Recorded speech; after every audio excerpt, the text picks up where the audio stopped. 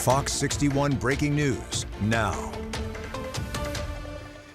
A breaking news update in New Haven. Police say after several months of investigating, they've made an arrest in a murder from back in August. Thanks for watching the Fox 61 News at 6. I'm Brent Harden. And I'm Sarah Sanchez. The victim, Dennis Atkinson, was found shot several times on a sidewalk. Fox 61's Tim Latow is outside New Haven police tonight, giving us more details about what led up to that shooting. These new details come after a 7-month-long investigation. Police say this murder of a father of 3 all stemmed from a dispute over money. The shooting took place in the early hours of August 18th. Police were notified of the shooting from a shot spotter alert. They found 40-year-old Dennis Atkinson on the sidewalk with multiple gunshot wounds. He later died at the hospital. Atkinson had 3 sons and a large, close-knit extended family who lovingly called him Man. He also worked as a downtown ambassador for New Haven's Town Green District to help keep the downtown area safe and clean. Police say they had to conduct dozens of interviews with members of the community to find the suspect. Recently, detectives established probable cause to arrest 26-year-old Vincent Watts. He was arrested Saturday and is being held on a $2.5 million bond for murder and gun charges. Family members say they knew Watts, and police say the motive for the shooting was a dispute over money. Family members say Atkinson's life was not worth the money being fought over. Police didn't share how much money was involved or how the dispute started. This is how family members say they'll remember Atkinson. Man was the type of live in our family. He kept everybody laughing. He had a great sense of humor, a great personality. He was talented. He was a great father, son, brother, cousin. The Atkinson family says they'll finally reach closure once justice has been reached in court. But they're saddened that another family may be separated from their loved one if Watts is found guilty. In New Haven, Tim Latow, Fox 61. Tim, thank you. We have more breaking news now. A lawsuit has been filed against an Avon daycare after a staff member there was accused of sexually assaulting a child inside the center. That center, called Bright Path, tells us it hasn't been formally served the complaint yet. The suit, coming from attorney Tim O'Keefe, claims the daycare, quote, failed in its fundamental duty to properly supervise, safeguard, and protect children in its care, end quote. Avon police have confirmed they arrested Jan Carlos Barrios Otero, a staff member at Bright Path, on charges of sexual assault and risk of injury to a minor. Bright Path says once it receives the complaint, it will follow the legal process. The suit seeks $15,000 in damages. He thought that by killing them, he could silence them forever and get away with murder. But he was wrong, because it was these victims, these women, who refused to stay silent. Rex Heuermann, the so-called Gilgo Beach serial killer, confessed to the killings today. Maureen Brainerd Barnes from Norwich is one of the 8 victims. You're seeing her photo here. Brian Yenes has more on the case as the families of the victims accepted the plea. I am glad that this is over as far as him pleading guilty. It took a big chunk of stress off of me and my family. Closure for families of the victims of a string of murders on Long Island from 1993 to 2010 after Rex Heuermann, a 62-year-old architect, pleaded guilty to murdering 7 women and confessing to an additional murder. After discussions with your lawyer, you feel it's in your best interest to plead guilty rather than go to trial? Yes, Your Honor. Heuermann's plea on Wednesday in front of a packed courthouse, including his ex-wife and daughter in eastern Long Island, closed a case which once stumped investigators for years after multiple bodies were found starting in 2010 along an isolated highway near Gilgo Beach during a search for a missing woman. While Heuermann initially pled not guilty after his DNA was found on the remains of one of the victims in 2023, his attorney says Heuermann ultimately decided to take responsibility for the murders. He controls his case, and that's his prerogative, that's his right, and that's what happened here today. Along with pleading guilty to the 7 known murders, Heuermann also admitted to an 8th killing, which took place in 1996. His attorney says the change in plea includes cooperation with authorities on the remainder of the case. There will be no further prosecutions in regards to these 8 victims. Rex Heuermann's sentencing is set for June 17th. He faces multiple consecutive life sentences without parole. In Riverhead, New York, Brian Yennis, Fox 61. All right, back here at home tonight, police say an unloaded firearm was found inside a Middletown high schooler's backpack this morning. The school went into a brief shelter in place for the investigation. Authorities say no one was hurt or threatened. Once officials took the firearm, the shelter in place was lifted and everyone went back to class. Officers stayed on campus just to be safe. There's no word if the student has been charged. Both U.S. President Donald Trump and Iranian leaders say they have reached a last-minute ceasefire deal. The president says the U.S. will work with Iran to dig up and remove buried uranium. Now, Trump also suggested the U.S. might be involved in securing the Strait of Hormuz in a, quote, joint venture with Iran, but it's unclear if Tehran is open to that plan. Ivan Rodriguez has the latest. The ceasefire deal between Iran and the U.S., struck less than 2 hours before President Donald Trump's deadline, is now in place. But the temporary agreement is fragile. Wednesday morning, Secretary Pete Hegseth and the chairman of the U.S. Joint Chiefs of Staff cautiously welcomed the planned 2-week pause. We hope that Iran chooses a lasting peace.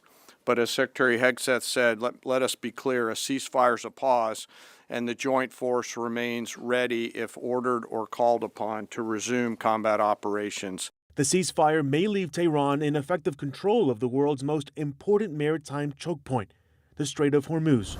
The continued control over the strait and Iran's potential charging of tolls for passage would mark a dramatic break from the international maritime order, giving Tehran effective veto power over what passes through, from food imports to oil and gas exports from its Arab neighbors. We're in a worse position than we were before the war. The Strait of Hormuz was open. There's like 500 oil tankers waiting to get through. And Iran has essentially shut it down. Pakistan has emerged as a key mediator between the U.S. and Iran in recent weeks, with the country's prime minister inviting delegations from both countries to Islamabad for talks Friday. Pakistan's ambassador to the U.S. says success of this process lies in secrecy. The conflicting parties need to be afforded enough space void of any pressures, outside exogenous pressures. Ivan Rodriguez, Fox 61. Fuel prices, of course, are still high because that ceasefire deal is still so fresh. Any relief at the pump could take some time. It's especially affecting small businesses and nonprofits. Fox 61's Priscilla Meza takes a deeper look.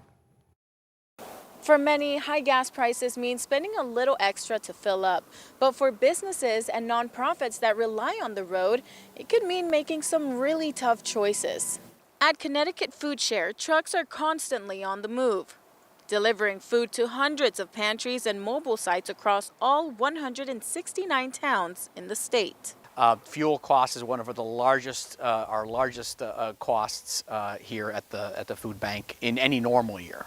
But now rising diesel prices are hitting hard. We've seen about a 30% increase over the last couple of weeks. We were paying about $5 a gallon. Right now we're paying about $6.80 a gallon. It's an increase of about $2,000 a week. An unexpected spike that wasn't in the budget. And as a nonprofit, there's no easy way to make up the difference.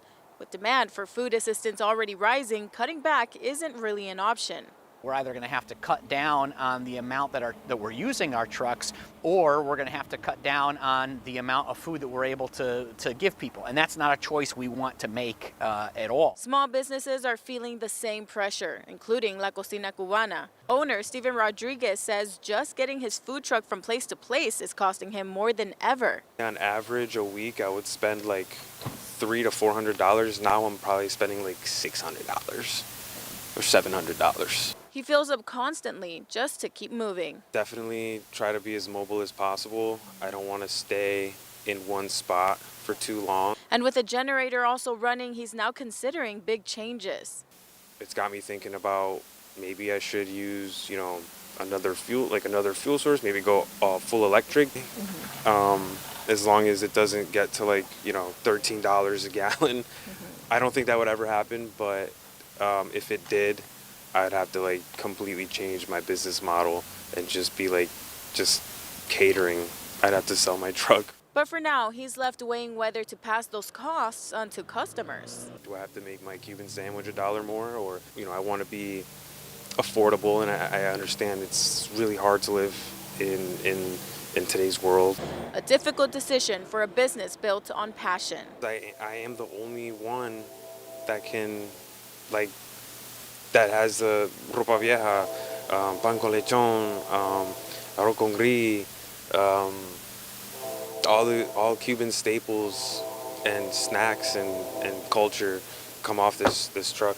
Rodriguez says he hasn't had to make any drastic decisions yet, but if prices continue to climb, he has options he's considering, including having to take on a second job. In Rocky Hill, Priscilla Meza, Fox 61. Well, the Water Main Leak forced an elementary school in Plainfield to close for the day. Fox 61's Jamel Johnson is outside Shepherd Hill Elementary with an update on the repairs and when students can expect to be back in class. Shepherd Hill Elementary School hadn't even got their day started before having to close down for the entire day. A water leak was discovered in the school's main water supply, causing the closure. In a message sent to families, Superintendent Paul Brenton said contractors have been on site throughout the morning and into the day to repair the leak. Anna DeVivo has a son that goes to Shepherd Hill Elementary. So I actually don't think anyone was at the school yet. We got an alert on Power School around 7:40 this morning. And it just said school closed. Due to an issue with our water supply, school is canceled for grades preschool through grade 3. We apologize for any inconvenience.